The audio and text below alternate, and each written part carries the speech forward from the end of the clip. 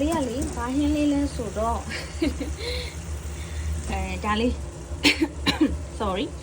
သူကတိုမာတိုဟိုပါနဲ့ပေါ့နော်ဘလို့ဖတ်မှာလဲဖူးနဲ့အာဂျီနဲ့ဖူးမိလားတိုမာတိုဖူးမီနော်ဒိုရိုင်ခါလေးဆက်တူလားသူကကြတော့ဟိုပါပေါ့နော်ခန်းကျင်ဒီ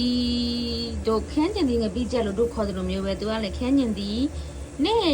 ခါရီးနဲ့မှာပါတဲ့အသားဆက်လိုက်ချက်ထားတဲ့ဟာပေါ့နော်လို့ပြောချင်တာဖြစ်မယ်ပေါ့နော်သူကတော့ဒီမှာဘာရေးထားလဲဆိုတော့စီကစပွဲနံစွန်းနဲ့ဒဇွန်းကြီးကြီးပေါ့နောက်ထမင်းက2ယောက်စာ3ယောက်စာထည့်ပြီးတော့ချက်ပြီးတော့လုပ်ပေါ့နော်ပြင်ဆင်ထားပေါ့နော်ပြီးတော့ဆက်ထဲမှာဒီထဲမှာပါတဲ့ဟာလေးတွေကဝတ်သားနှုတ်လို့စင်းပါတယ်နောက်ဟင်းသီးရွက်ကကြက်သားနှုတ်လို့စင်းsorry ကြက်သွန်နှုတ်လို့စင်းပါတယ်နောက်ဒီဗာလဲဥနီနှုတ်လို့စင်းပါတယ်နောက်တစ်ခုကကျတော့ဒီပီမန်နော်ပီမန်ကကျတော့ဟိုကငရုတ်ပွားပါတယ်ပေါ့နော်ပြီးတော့ကျနည်းနည်းအဲ့လိုမျိုးအချင်းနည်းနည်းတိတ်ပြီးတော့ရော့တဲ့ဟာပေါ့နော်တအားမချင်နဲ့ဟိုခရမ်းကျင်ဒီဟိုဘူးလေးပေါ့နော်ခံဘူးလေးလည်းပါတယ်ဒါလေးလည်းပါတယ်ပေါ့နော်နောက်တစ်ခုကကာရီ sauce ပါတယ်နော်ကာရီ sauce ကဒါလေးမာကာရီ sauce ဆိုလို့ရေးထားတဲ့ဟာလေးပေါ့နော်ဒါဖောက်ထည့်ထားလို့အဲ့လိုဖြစ်သွားပြီပေါ့နော်ဆိုတော့ထွက်လာမယ့်ဟာဘယ်လိုထွက်လာမှာလဲဆိုတော့ဒါမျိုးထွက်လာမှာပေါ့နော်သူကာရီ style နဲ့ထမင်းပေါ်ကနေအုပ်ပြီးတော့အဲ့လိုတို့ဆိုလို့ရှင်ခရမ်းညင်ဒီချက်နဲ့တူတူပါပဲသူကပါနေရအသားပါနေလို့လားပေါ့နော်အဲ့တော့သူကဟင်းသီးရွက်တွေပါတယ်ဝက်သားလေးတွေပါတယ်အဲ့လိုဟာမျိုးလေးပေါ့နော်ဆိုတော့ပါတဲ့ဟာတွေကဒီမှာရှိနေတဲ့စာရဲကတော့ကိုမဖတ်တတ်ဘူးကွယ်အဲ့လိုမျိုးလေးချက်သွန်ဥနီနောက်ပြီးတော့ငရုတ်ဟိုပန်းပွန့်ပေါ့နော်ငရုတ်ပွားအစိမ်းပေါ့နော်အစိမ်းညောင်ပေါ့နော်အဲ့လိုပြီးခရမ်းချင်ဒီပေါ့နော်အဲ့လိုမျိုးလေးတွေနဲ့ဟုတ်နောက် curry sauce နဲ့ပေါ့နော်အဲ့မှာ curry sauce ထဲမှာပါတဲ့ဒီ ingredients ပါတယ်ပါဝင်ပစ္စည်းတွေဟင်းခတ်မွေးကြိုင်ပစ္စည်းတွေပါတယ်လဲပေါ့အတကြားပါတယ်စားပါတယ်ပေါ့နောက်ဒီ white sausage ရဲ့အစီပါတယ်ပေါ့နော်နောက်ကြက်သားရဲ့အစီအနှစ်ပါတယ်ပေါ့နော်နောက်ကခန်းကြီးကတော့မဖတ်တတ်ဘူး neri ပါလဲမသိအဲ့ဒါပါတယ်ပေါ့ curry ပါတယ်ပေါ့နော်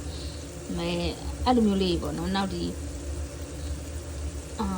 ပြောင်းကော်မှုံလိုဟာမျိုးတွေလည်းသူပါတော့တယ်ပေါ့နော်သူထည့်ထားတဲ့အထက်မှာပေါ့နော်အဲ့လိုမျိုးလေးသူရေးထားတယ်တခြားဟာလေးအများကြီးပဲပေါ့နော်အဲ့လိုမျိုးလေးပါပြီးတော့ဟိုဒီတစ်ထုပ်မှာတစ်ဆက်မှာဆို480ခွင်ကယ်လိုရီလည်းပါတယ်ဆိုတော့ကျွန်တော်လေနော်အဲ့လို2 3နှစ်လောက်ခွဲစားရင်တော့ okay တယ်ပေါ့နော်အဲ့နဲ့ပြောချင်တာအဲ့သူ့မှာပါတဲ့ဟာအကုန်ပေါ့နော်သူ့မှာပါတဲ့ဟာအကုန်လုံးကိုထည့်ထားလို့ရှင်ရတာမီးကြီးရောလေအရင်လည်းအဲ့လိုမငန်မဲနဲ့ကောင်းကောင်းလေးပဲအရသာလေးလည်းရှိတယ်အရင်လည်း posh မနေဘူးပေါ့နော်အဲ့လိုရတာလေးရတယ်ရှင်အဲ့ဒါဟိုသူ့ဆက်တိုင်းလိုက်ချက်ကြည့်ရပေါ့နော်ပုံမှန်ဆိုခရမ်းညင်ဒီကိုကိုရီးယားစီးတက်ပြီးမှဒီမှာတော့အဲ့လိုမဟုတ်ဘူးစီလေးနည်းနည်းနဲ့တက်သားရည်ဒီတခြားဟင်းသီးဟင်းရနှုတ်စင်တာလေးအရင်ထည့်ဝက် sorry ဝက်ရည်ဟင်းသီးဟင်းရနှုတ်စင်တာလေးအရင်ထည့်ပြီးတော့မှဟိုခရမ်းကျင်ဒီ sauce ကိုနောက်ဆုံးမှထည့်လိုက်တာပေါ့နော်အဲ့လိုဆိုရင်လည်းအရသာကြီးကြည့်တော့ကောင်းတယ်အဲ့အကြောင်းမို့ဒီလိုမျိုးဆက်ကလေးတွေ့ရင်ဝယ်စားပေါ့နော်ဒီတို့အချိုးချင်းကဆက်ဖန်ခါစားတဲ့မြန်မာလူမျိုးတွေရဲ့ဗဇက်နဲ့လည်းဆိုးဟိုကိုက်နေရတာတဲ့တယ်ပေါ့နော်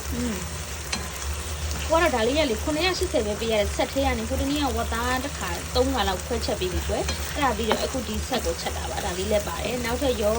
ဘရုတိုပါခေါ်တယ်ဒိန်ဂျင်တို့နောက်နွားနိုတို့နောက်ဝတ်ပောင်ကြောင်နဲ့နောက်ဝက်ဦးကြောင်လားကြက်ဦးကြောင်လားမသိအဲ့ဟာလေးတွေကြံလာသေးတယ်အဲ့ဟာလေးမှာပြီးစားကြနော်အရန်တန်တယ်အကျိန်တစ်ခါပဲရတာဆိုတော့လေ